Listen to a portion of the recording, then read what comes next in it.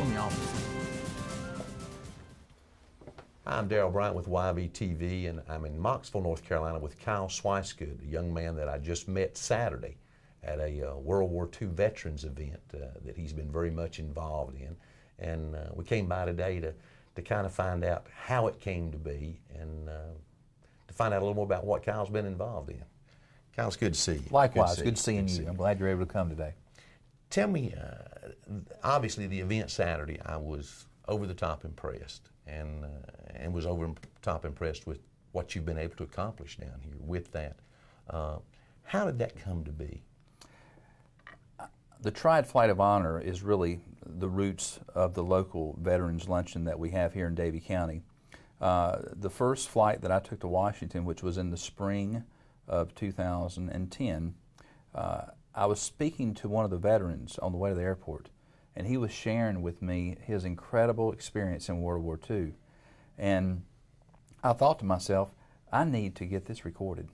I need to memorialize this experience that this gentleman has gone through. So what we did is I actually got a camera, and we began making recordings of all of these veterans' stories, up to 21 hours worth. Oh, man.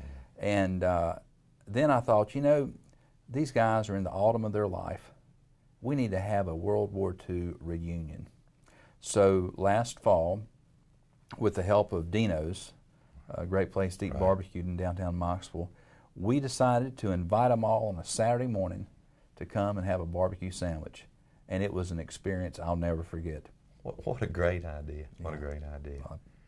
And the event that you just had, that was the second annual then? That was. And we had actually more this go-round than we had the first go-round.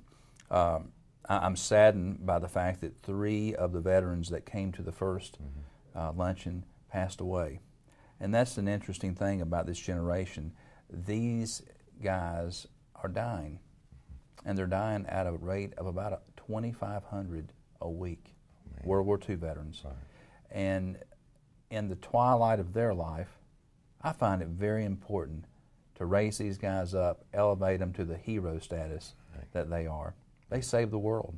They really did. I know there was a moment of nostalgia for me as I was watching these guys. One gentleman who was there said he was in North Africa, and he was in Italy and Sicily, and he was basically in the same place as my dad was in World War II. So I had that feeling too of, man, I wish my dad could be here for these. He's been gone a while now, but I can't tell you how important a thing and how good a thing that I think you're doing with that. And it was obvious on the faces of these veterans that they really appreciated it. I think they appreciated the attention.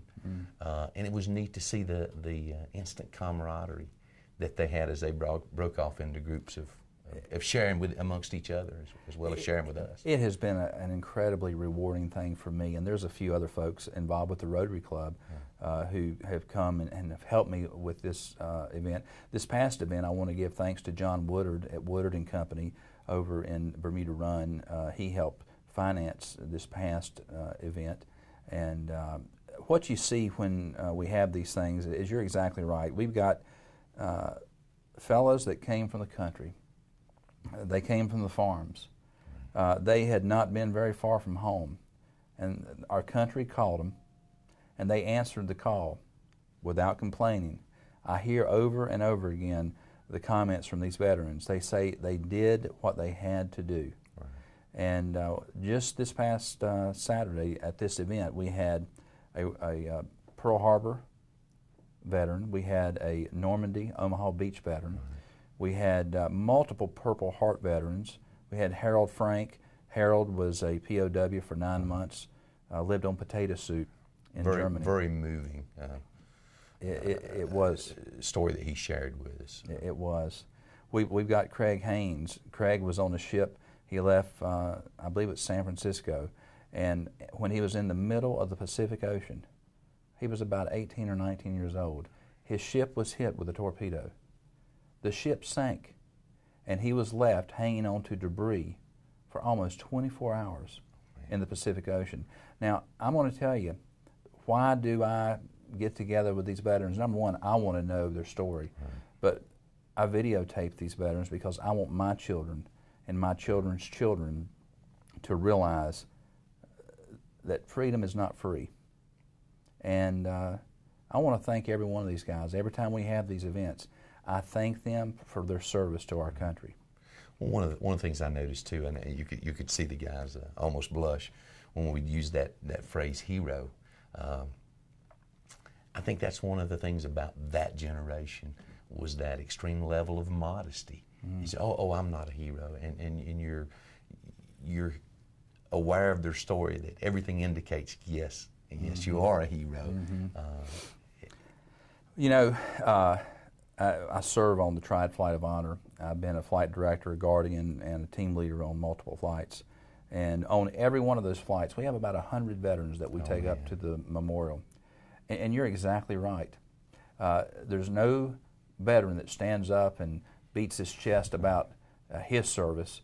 They are the most humble people that I've ever been around, and that's a lesson.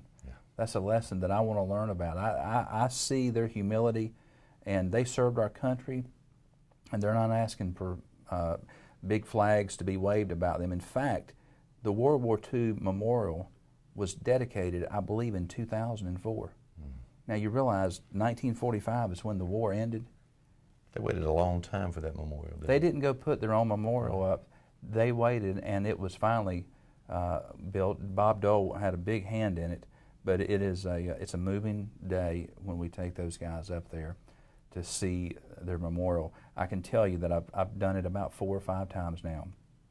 There's not a moment that I don't walk down into the belly of the memorial and have to keep my emotions in check, because I'm seeing these guys who are probably looking at that memorial for the last time, a lot of them. You've got 2 or 3 powerful experiences going on at one time. Yeah. Well, as a citizen of the area and with YVTV and representing Yadtail, we sincerely appreciate your efforts on that. It's I don't think you could have any more worthy recipients of it, and we thank you for putting a spotlight on that and for what you do with it. Absolutely. Ever so much. You bet. Happy to do it. I'm glad you came to me.